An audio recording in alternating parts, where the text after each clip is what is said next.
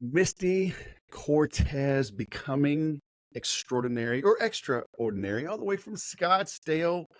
Welcome to the Sales Podcast. How the heck are you? I am doing good. Thank you so much for having me.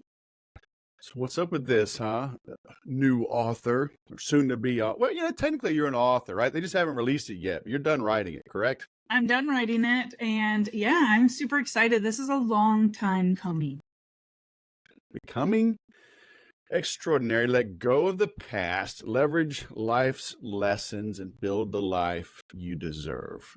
Look, I don't want to leverage life's lessons. I want to keep making bad mistakes because, look, nobody ever starts out a story with, there I was at home eating a salad, right? You're not right. Right. So what's this all about? I'll read a little bit from your landing page, so we'll link to it. It says, your past isn't an anchor. It's what makes you extraordinary and is actually your superpower. Huh? I have a superpower. I'm going to tell my kids this. Absolutely. Be prepared to laugh, cry, and learn how to let go of the past, leverage life's lessons, and build the life you deserve. So what brought this about? Yeah. So, well, I guess we'd probably get a little bit more into my story, but it started off as a personal memoir. And I grew, so in a nutshell, I'm just going to kind of like fast forward. Grew up in foster care. My dad died when I was 2 years old. My mom was pregnant with my brother. She was shortly thereafter diagnosed as schizophrenic. So the way I sum up my childhood is, if you've ever seen an episode of Cops, remember that reality TV show back in the day? Yeah, that was basically it. That was me in a nutshell. I was living in a Cops episode as a child. So I actually was placed in foster care when I was 11 years old. And I remember I was going to therapy at the time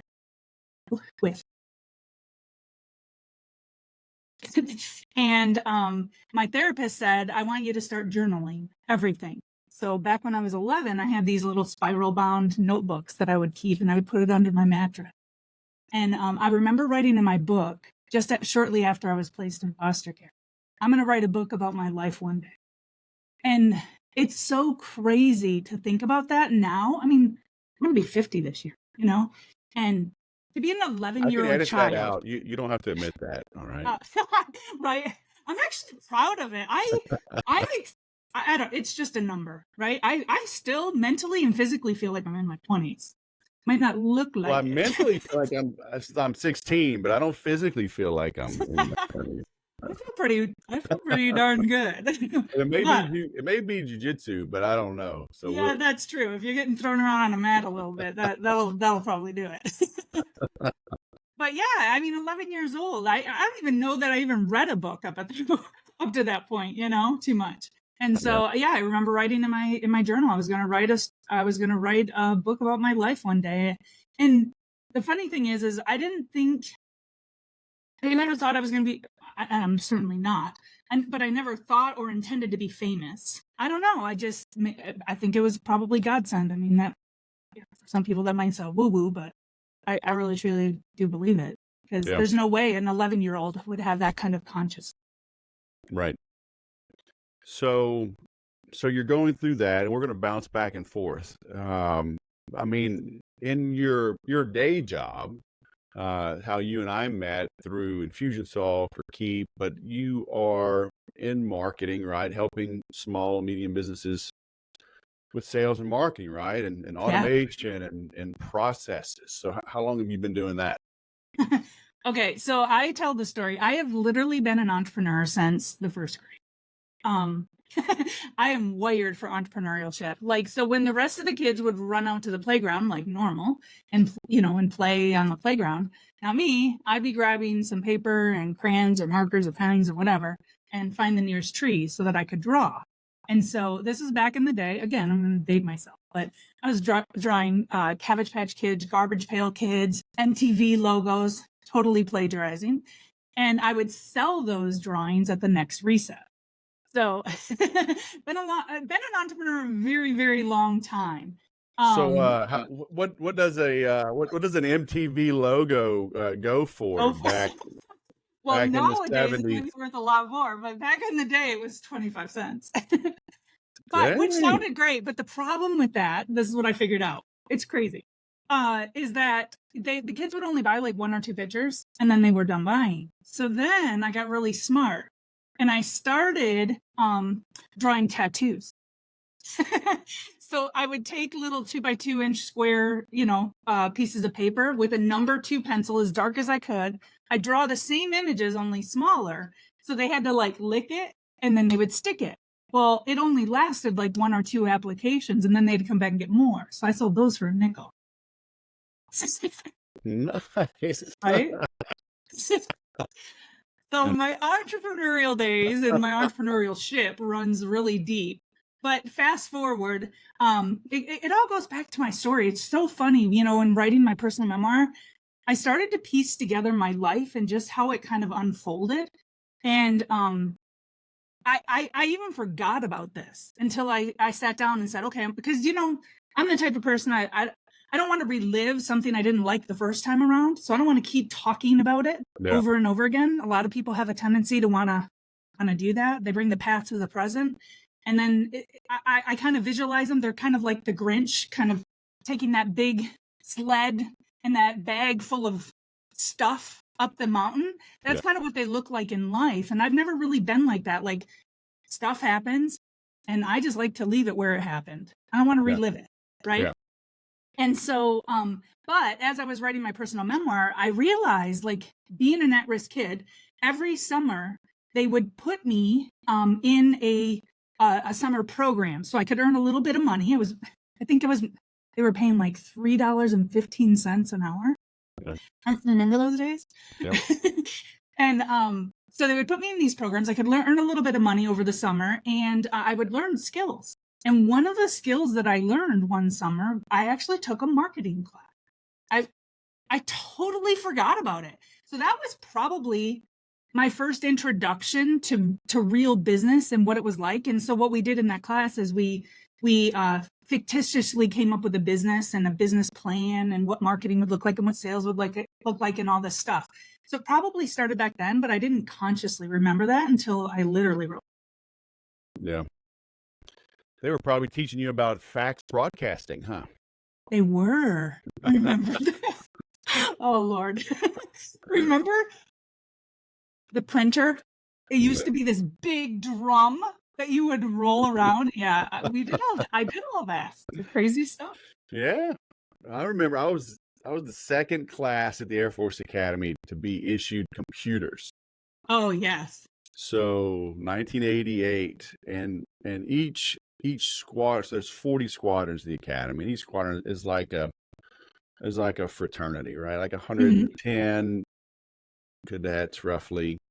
So we had everything's an acronym. We had a SAR, a squadron assembly room. So it was a big room.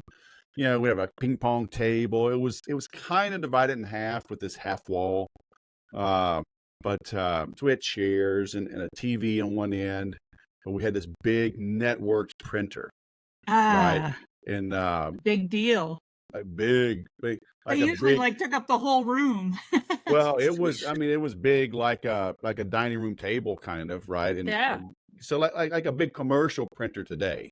Yeah. And I guess it was essentially a commercial printer. But you'd have to write like a 2-page paper. Like I write a summary on this, bang it out in 30 minutes, and it would take 2 hours to get this thing printed. It was such a freaking ordeal. But I remember I was a senior, and this kid that was a freshman, he was across the hall from me. And so I would be nice to him in exchange for using his printer. And it was just the 3.5-inch floppies. And I never did know, what do you call them, right? So there was the big floppies that were truly floppy. Yeah. And then the harder floppies. I don't know, but it'd have to carry I think I used the big floppies more than anything, but I thought I was slick like a few years later when they came. Remember those little teeny tiny CDs? They were like bigger than a 50-cent piece kind of thing. Right. Yeah. I thought I was slick. I actually made a business card on one of those that would download. I remember the business cards, and they were smaller, so they were cheaper to mail. Like prospects with a presentation on it, or your marketing stuff. Wes, we were innovators. I mean, today it feels like there's no original idea, but back in the day we didn't have the Pinterest, however you say it. Yeah. We didn't have all the access to all this stuff. We were coming up with this stuff ourselves, right? Well, it's all AI and cold email today, and that'll will go away soon. I look forward to that moment. Yeah. But I digress. But I mean, it's what you and I do, right? So let's shift a little bit. Like, what is working today? What are you having your clients do that's paying dividends? You know, well, a couple of things. Well, I guess I'll kind of roll it back a little bit, because when AI was first introduced to the general public, I mean, it's been around for a long time, right? We all know that. We've been indoctrinated for quite a while now. But when it was first introduced to the general public, I think a lot of clients had this sense of they're going to take back their marketing uh, tasks, right? And for a moment there, it kind of affected my business a little bit. I lost some clients, and it was just about the time that COVID was hitting too. So it was all that dynamics that was happening. But I think now that we're a couple of years into it, and I mean, there's thousands and thousands and thousands of AI tools out there now. I think a lot of business owners are realizing the tool is great, but you still need to know how to use the tool. I mean, probably everybody in the world has a hammer in their house, right? But it doesn't mean you can build a house, right? Yeah. So I think that's what we're seeing right now is like a lot of AI tools were being used, and now, or they attempted to try to use them skillfully, and some did, and others just said, I just realized all it is just another tool I have to learn, and they're coming back now and saying, I just want you to take back over the business, my Yeah. marketing. And for us, though, as an agency, one of the things that we're doing is I just took on a client. This is the first time I've ever done this. Normally, when we take on clients, it's kind of like on a monthly retainer. Every month we're kind of incrementally growing their business, right? And implementing things. But now with the ability to use tools like AI, like ChatGPT and video editing tools and all the other stuff, I actually took on a client. We are doing 1 year's worth of marketing in less than just shy of 30 days. So an entire year of marketing can be done. And the only reason why we're able to, because we're writing 52 blogs, 104 emails, plus all these campaigns, like we're putting all these things in place. And the only reason why we're able to do it is because we can leverage the power of those AI tools. But it's because we have the skill set. We know how to use the tool to get what we want, right? So that's what we're doing. But how much are you editing it versus using it as is? Well, we call them G. So Chat GPT, just so you know, because I talk 100 million miles an hour if someone hasn't. But so I call them G. What So up, G? G, yeah. So G, if you're just putting in generic prompts, it's gonna spit out generic responses. But when you know what you're looking for and you're an expert in what you do, you can guide G to help you facilitate your thoughts in the direction that you're trying to take it in faster. Does that make sense?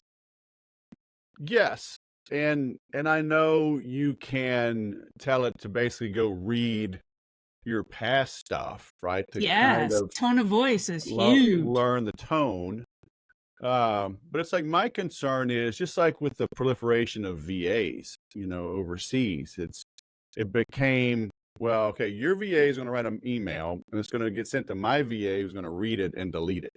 Mhm. So it's like, how do we ever truly connect? Because when you're okay, so it takes you a month, and in a month you've created 100, you've created 52 blogs, 104 emails. That's a crap ton of content. If everybody's doing that, nobody's going to read anything because we're just flooded with very quickly made computer derived content. So like, where's the humanity? Well, that's part of it, though, is that a couple of things. One is your unique point of view. And this goes back to my story. Like, you know, through writing my book, I started to realize how I show up in business, how I show up in life, how I show up in relationships, because of things that occurred in my life and the way that I adapted, the way I grew, the way I learned, right? And so when you are creating content from a unique point of view, which we all are, unless we just totally rely on G to have our thoughts, right? you're coming in from lessons learned and perspectives that no one else in the world has because they didn't go through what you went through, right? And so like you and I, we started off today talking about, the printer press and, the old school computers. Like we have that experience that, kids today won't, but they'll have different experience, right? And so we're bringing that to the table when we're leveraging these AI tools. And I think that's really important. We can't just say, hey, G, write me a blog, because G's going to come up with some generic information and people probably aren't going to read it. But when you start to add your personal perspective along with G, and again, dating me, there's sometimes I can write. I write a lot. I have written for years a lot, even before AI. But I'll be along writing, and then all of a sudden I have this word, it's there, but I can't find it. You ever have that? Yeah. Right? That's where G comes in. So I'm like, G, what word am I missing here? Right? So I'm still writing a lot of the content, but I'm just, going to him and saying, hey, fill in the blanks and help me see this from a different perspective that maybe even I'm not seeing. Yeah. I mean, I've been seeing this. I don't know. It's not a trend. I mean, it's just a recommendation. It's a way to leverage. It's like, couldn't I go to ChatGPT and say, give me advice in the voice of Tony Robbins? Yes. Right? He's got enough content out there. He's been indexed. Yeah. Or David Goggins, right? Harden the F up, get out there and run. And so it's if everything is AI generated, where is that unique vantage point though? Because in a year, my style and the things I'm going to reference a year from now are different than today. We're going to have another election. We're going to have whatever new war started. Interest rates will have changed, blah, blah, blah. I'm going to reference new things. So do you run the risk of having dated content by creating so much up front? Well, here's what comes to mind when I think of that, off the top of my head, because we haven't discussed this. Back in the day when I was learning sales, I listened to Brian Tracy and Zig Ziglar so much that I literally adopted their personality for a bit. Like maybe not, maybe not, entirely, but I definitely, I found myself pacing myself like Brian Tracy and Zig Ziglar at times. You know what I mean? And so I think that's the same today, like even with AI. So you can say, hey, write this blog in the, from the tone of voice from Tony Robbins, and it'll pick up on some nuances.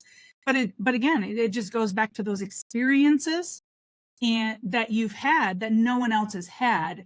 And as long as you're incorporating those into the general information, because let's be real, most information, especially in marketing, is just rehashed and repackaged with a different label, right? It's the same stuff for years and years and years, just with a different label. And that label is the unique point of view, the experiences that human being had, or the way that person processes the information. And I remember when I was learning math, I'm really good at math, really, really good at math. But when I was learning math, the way that the teacher was teaching it, I could not get it. Right. But the second that I figured out how to make my brain understand and apply it to the real world, I figured it out. And so now when I go to teach my kids math, I'm going to teach it from my point of view, not the way the teachers teach, because it didn't connect with me because I didn't process it the same. Yeah. You know what I mean? Sure. So I think that AI, like, again, if you're just going to auto generate your content, you're probably not going to connect with people in a meaningful way. But if you're going to continue to keep bringing your experiences, your knowledge, to the table, and then guiding the AI tools, I think that your voice will stand up. Right. That's my take. Yeah. Yeah. And I've used it to generate ideas. I've learned decades ago having a good old swipe file, Yeah. and a journalist came up with the idea. Dan Kennedy has beaten it to death. And I had Perry Marshall on my podcast years and years ago, Mhm. and I told him, like, when I wrote the first part of first several editions of my Infusionsoft book, right? It was the definitive guide to Infusionsoft, Yep. and it had a green cover and kind of a circle that faded to black, and I held up Perry Marshall's definitive guide to Google AdWords. Yeah. Right, I got it from him, and I have my Infusionsoft cheat sheet. It's still a thing. It's identical in appearance to Perry Marshall's Google AdWords cheat sheet. Yeah. Obviously the content is 100% different because it's two different things, but like I like his layout. And for the longest time, I had the same kind of logo to log in. I watched his intro script, and this is going back, 2011 or 12, 13. I don't know. I mean, like at least over a decade. I know. I And got a copy of your book. I remember. I so, still have it. and like he loved it. He's like, yeah, and still to this day, I will find a blog post that I like. I will copy the entire thing and paste it Mm. to my website, and Mhm. then in draft, and then just write over the top of it. So at least I'm not staring at a blank screen, and then I'll put Absolutely. my own flavor to it. So, and I guess in a way, AI is kind of doing that for us, right? Finding viable concepts and structures. I'm just not a fan of creating it and publishing it. It's like I want to go Right. put my own flavor to it.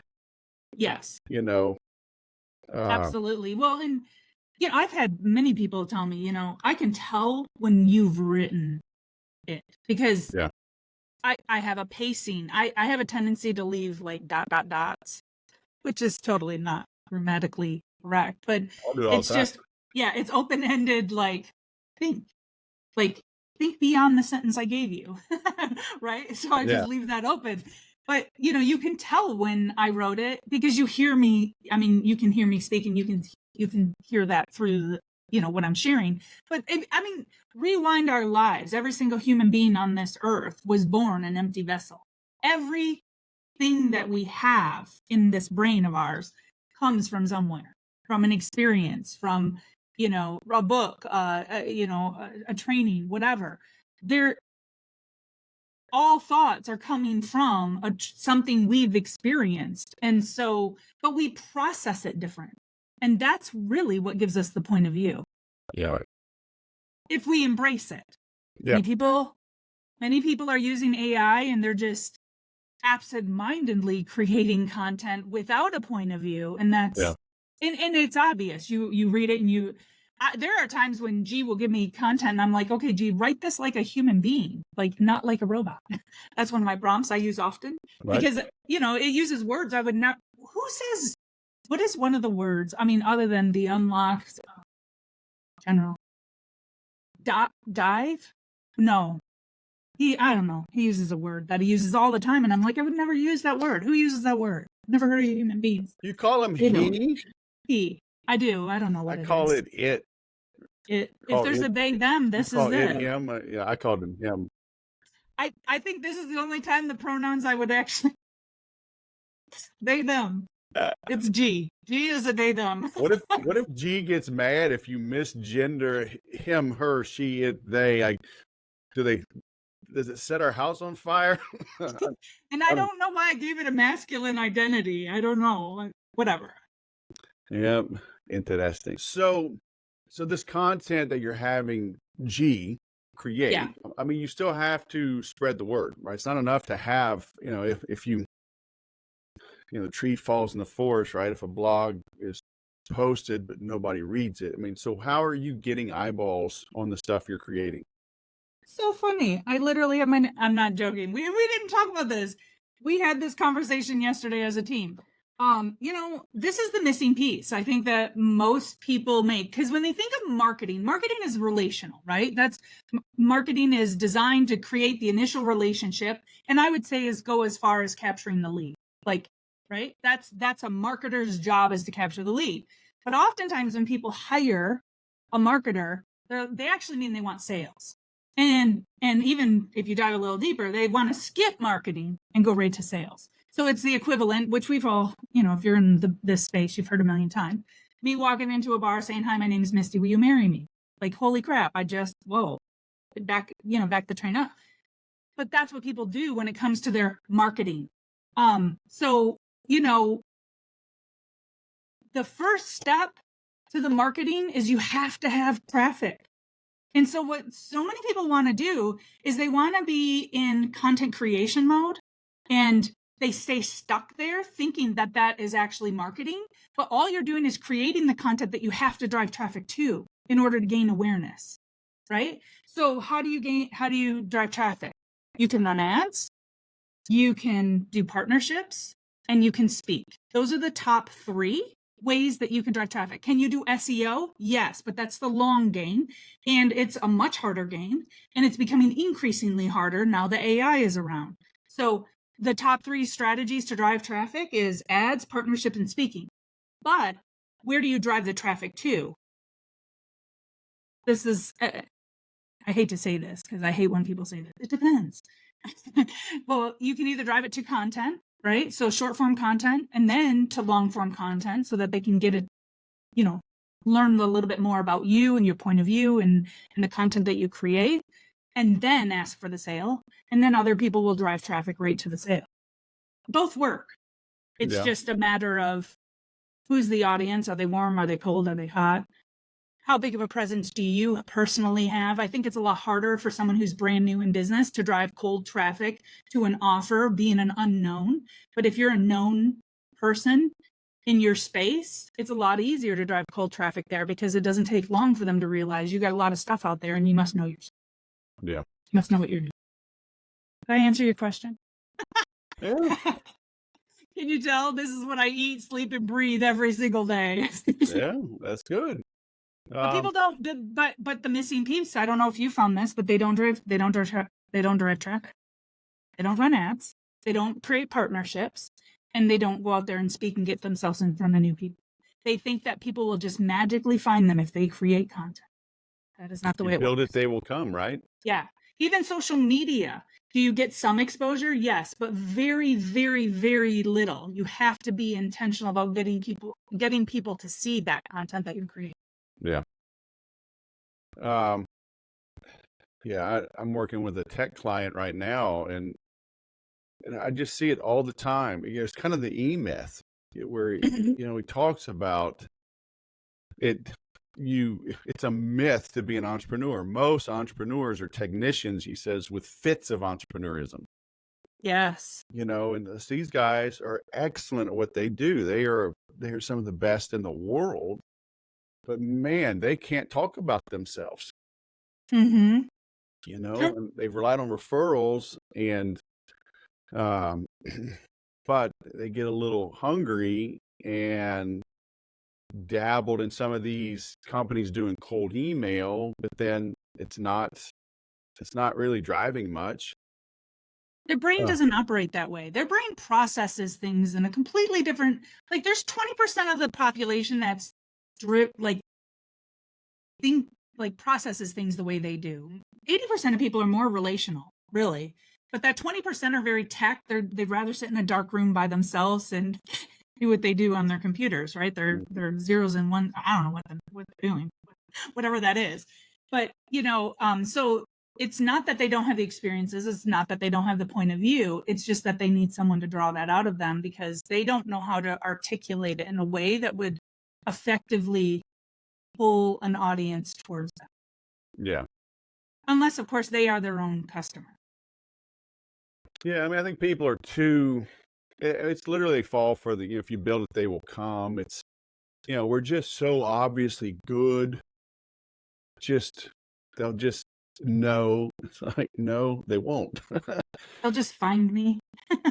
And especially, and maybe primarily because there are so many dishonest people out there, muddying the waters, telling prospects what they want to hear just to get the money. And now, they go in, and an honest vendor, says, look, the thing that you want is 10 grand to do it right. Oh no, this other guy can do it for 5. Yeah. And they pay him 5 and nothing gets done. And I should have gone with you first, but now I couldn't afford 10.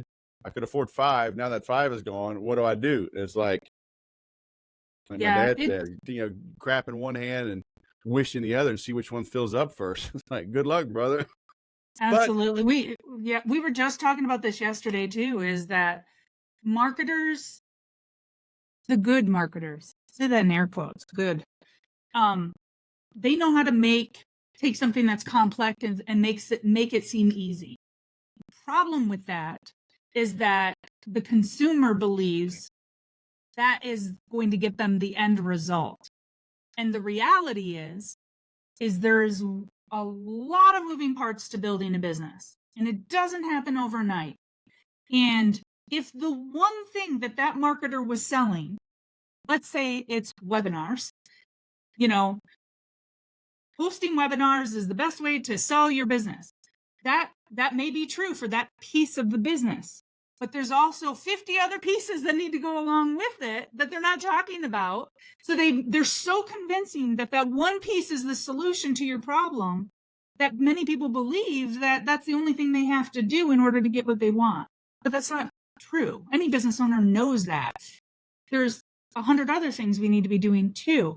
And the question is, and then some entrepreneurs may listen to that and say, well, that's discouraging. Well, it's no different on a job.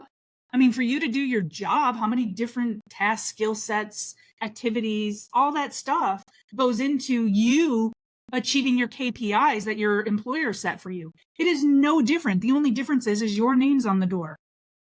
Yeah. Right. And you may need to take on some responsibilities for a period of time in a business that you wouldn't in a job, but yeah, the ones that love the game, the ones that love to serve and want to build something with their name on the door, they're okay with that. Yeah, it's unfortunate, but the best marketer usually wins. Yeah. Not the best producer of the thing. No, absolutely. So, and the best marketer is the one that makes everything seem very easy. Which how do you balance that though? Because it's not a coincidence that I gravitated to jujitsu. I mean, I didn't look for it. A buddy of mine nagged me for 6 months to go try it.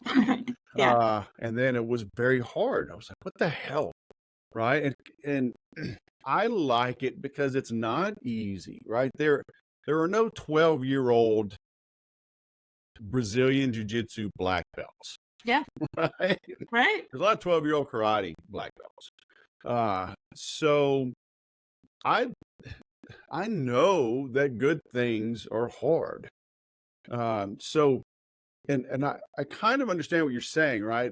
Make it come across as simple, but it's like my 12 weeks to peak program. I tell them it's simple, but it's not easy.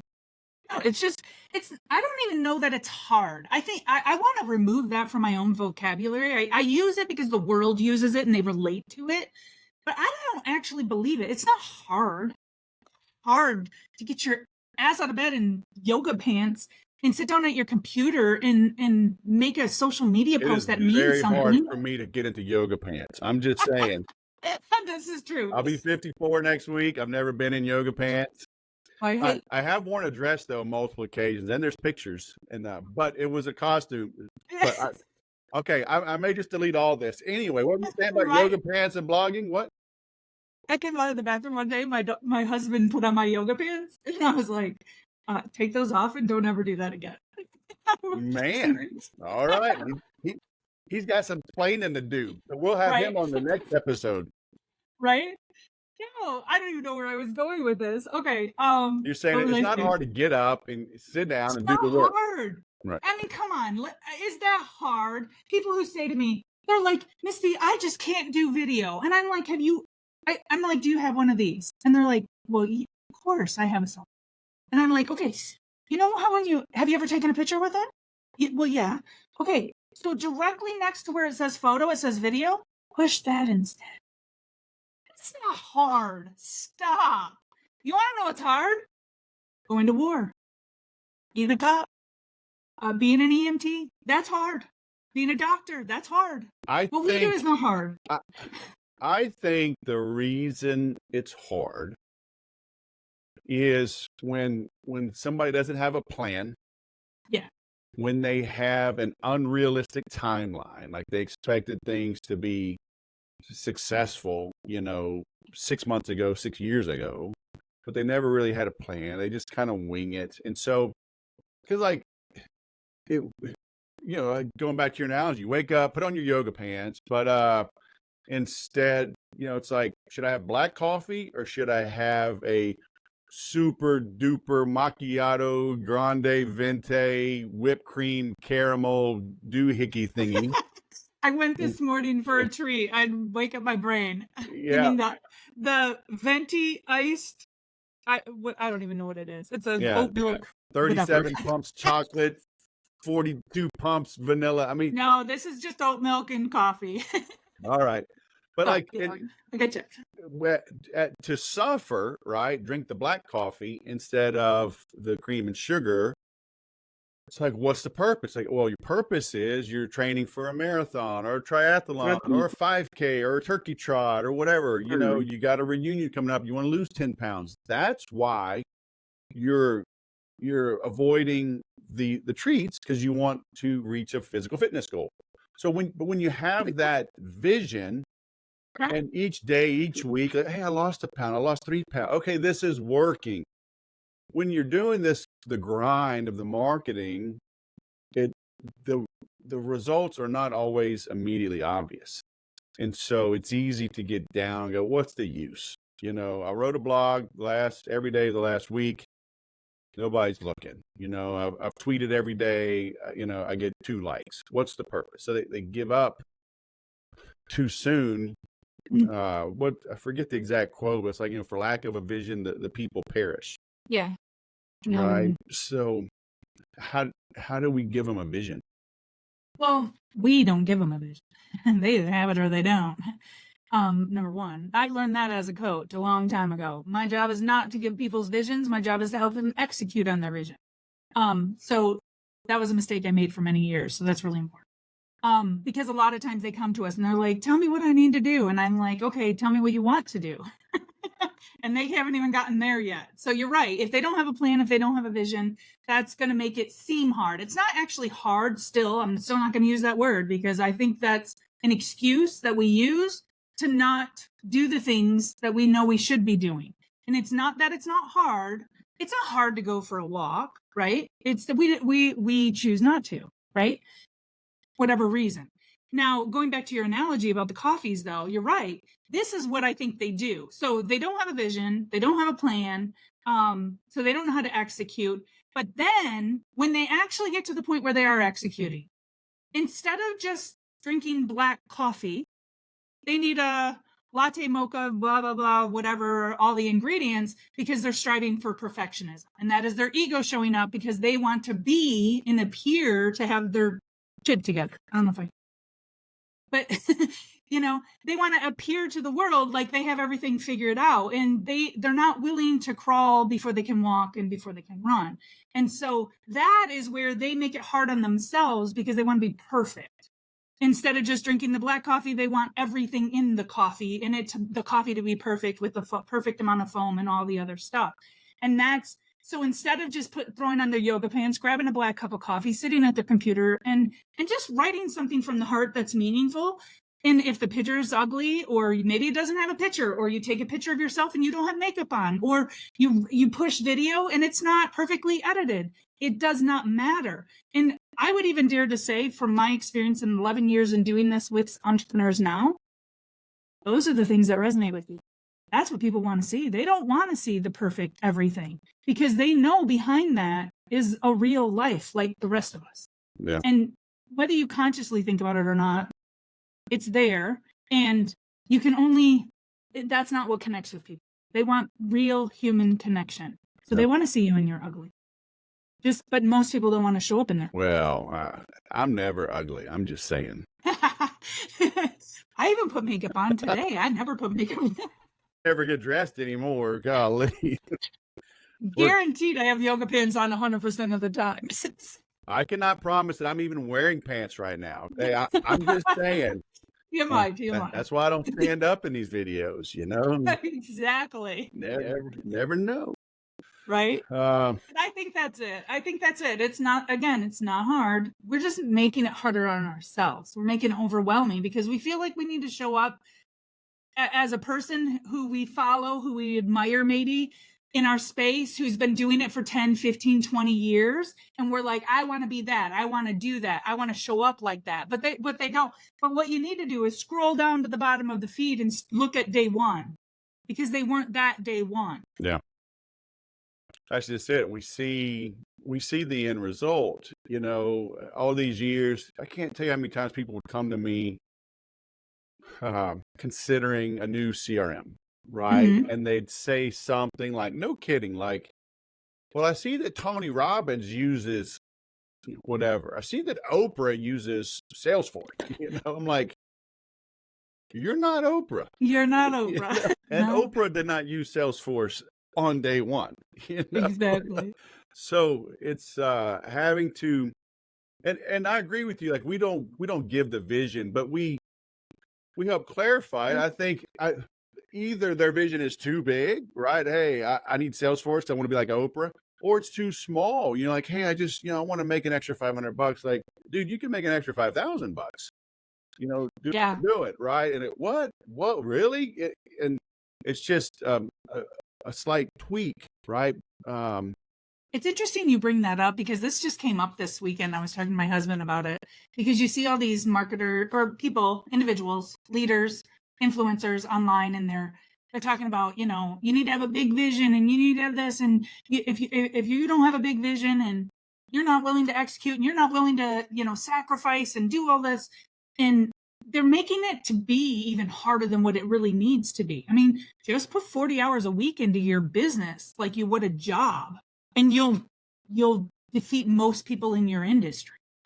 Right? I mean, this again, I think we think it's an extremist point of view. And the other thing is when it comes to vision, I think as a coach, because I always say I'm a coach first, implementer second, because my business is called Your Market. So as a coach, my job is not to have the vision, but it is to set the right expectations about how you can achieve the vision. Yeah. Right? Because that's the implementer in me. As far as stretching someone's vision, I think that we can introduce them to the idea. Hey, and I say this all the time, you can make more in 1 month as an entrepreneur than you do on your job in a year. Yeah. That's the possibility. Now, whether they believe it to be true or not is not my job to make them believe it. I'm opening up the door. I'm saying, hey, this is here. If you want to walk through the door, we can do that. Yeah. But if you're not ready to walk through that door, that's okay. We'll do the thing that you want to do. We'll focus on the vision that you have currently. And when we achieve that, then we'll open the door because I know you'll want to step through it. I feel like sometimes there's the cliche of you need to have a gigantic vision to make $1 bazillion. And, like the Alex Hormozi vision. I don't have an Alex Hormozi vision. And for a while there, I felt bad about it. I was like, you're a piece of shit. Why don't you want what he wants? Why don't you? Because I don't want what he wants, and that's okay. Yeah. But I have a pretty good life, and I have a great marriage, and I have wonderful kids, and I have amazing friends, and I have a lot, and maybe he has all those things too. I don't know. You have good kids? Can you help me with that? Well, you got a lot more of them than I do, but.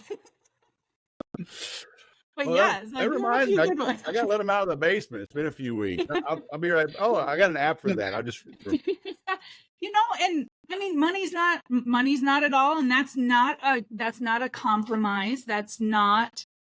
It's just we have different goals.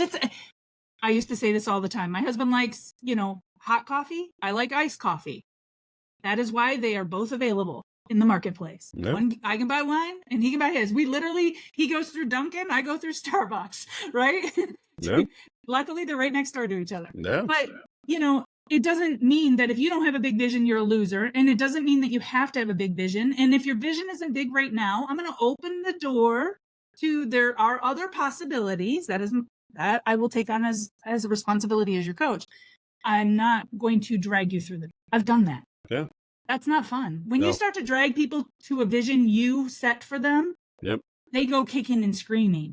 If you just meet them where they're at, help them achieve that, then they're like, okay, Misty, I hear you now. And I want that. I want to make as much in a month than I do in my job in a year. Yeah. So show me how to do it. Yeah, for sure.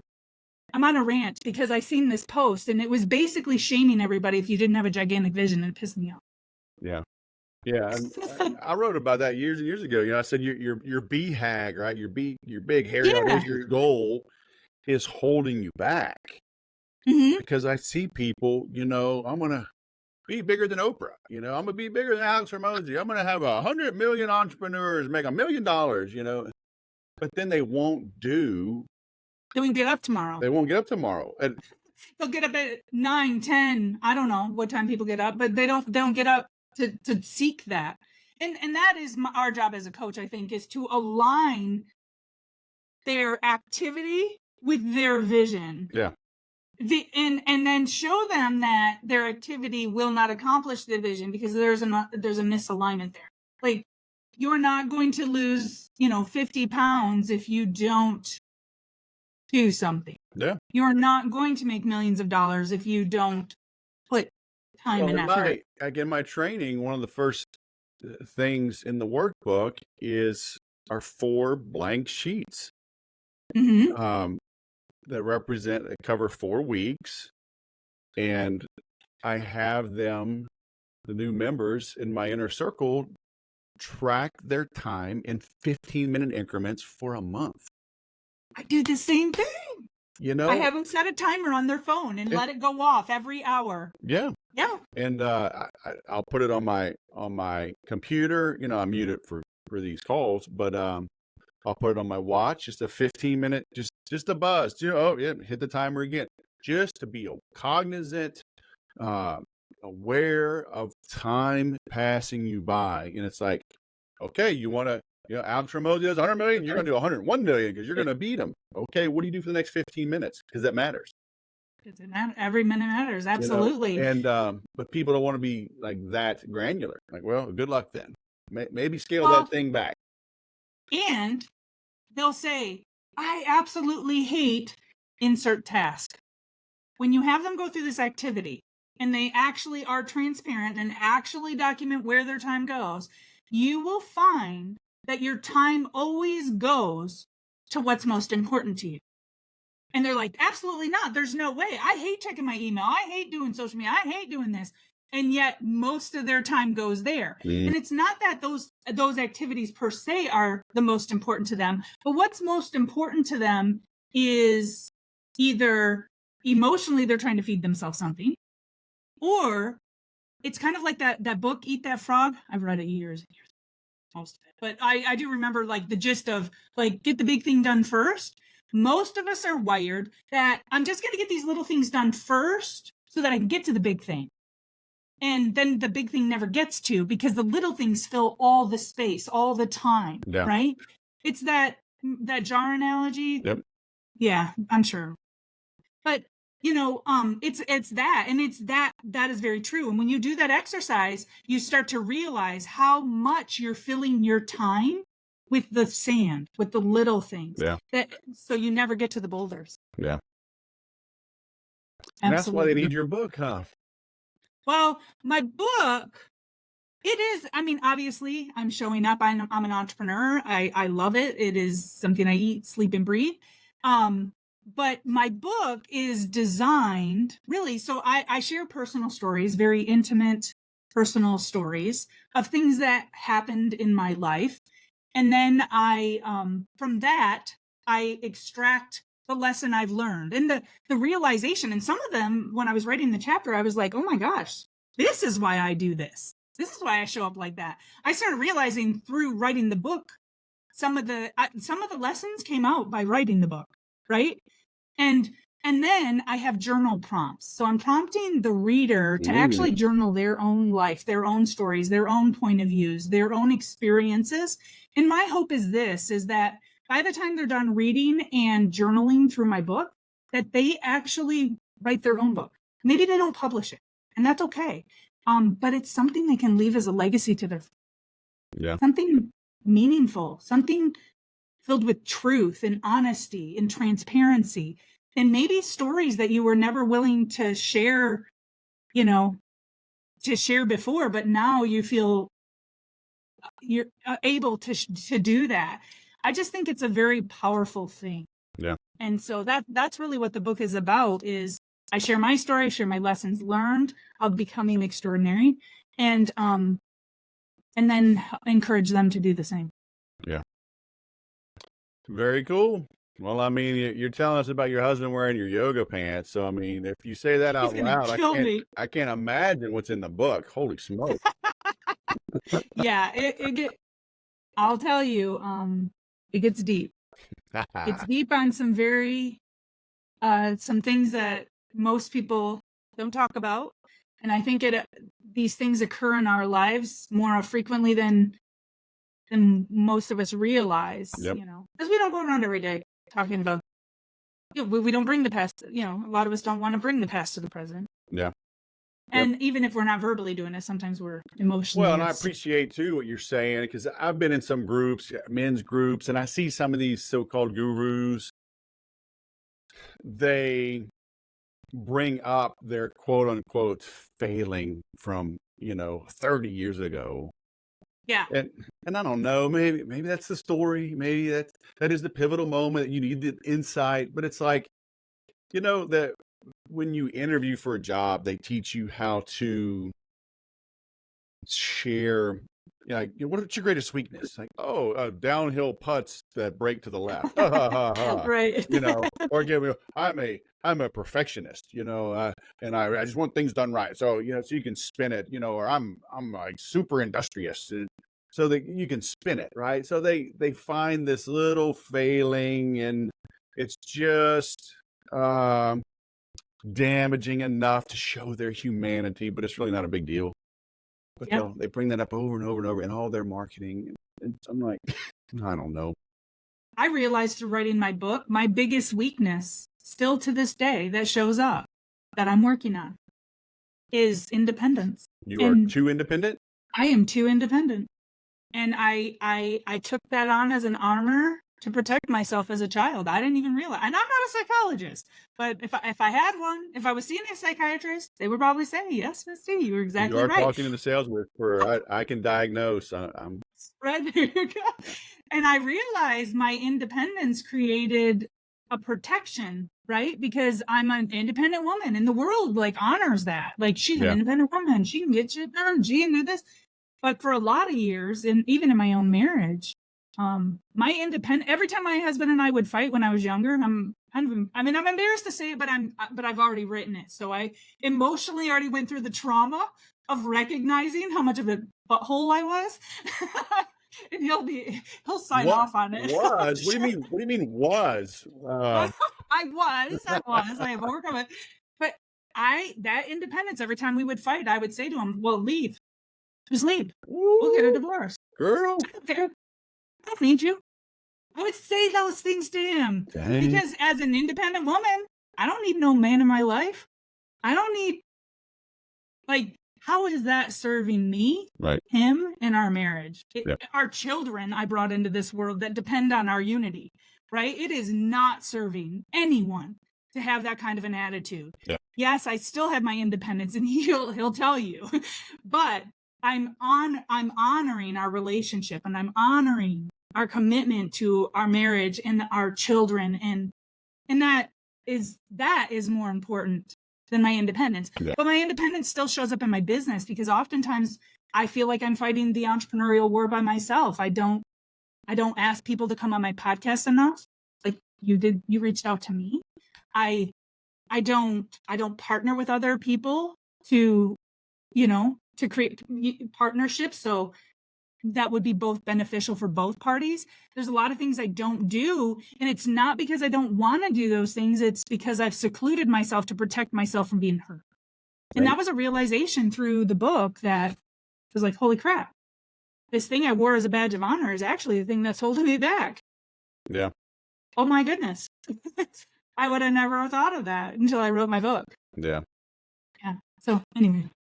Very cool. Yeah. All right. So for everyone listening, if you hear this right when it comes out, the book is not out, but they can pre-order it, right? Yes, Um, coming out in June. and do you have a book URL, or is it just from mistykortes.com slash? Well, you can go there and it'll guide you. But if Okay. you do Misty Kortes, Kortes, people always do C and Z, .com, and it's becoming dash extraordinary. And if you don't know how to spell extraordinary, it's extraordinary. Or just scroll down and click the link in the show notes. Yeah, you can do that too. I'm not a Works smart too. man. I like to keep it simple. Yeah, that works. Nice, nice. All right, Misty, I will leave you to your fancy coffee and your yoga pants and Thank you. your fancy bun, your hair bun, So very nice. Thank All you. right. Well, Misty, thanks for coming on. It's been great catching up. Have a great day. Yeah, thank you for having me. I appreciate it. I will see you. See you.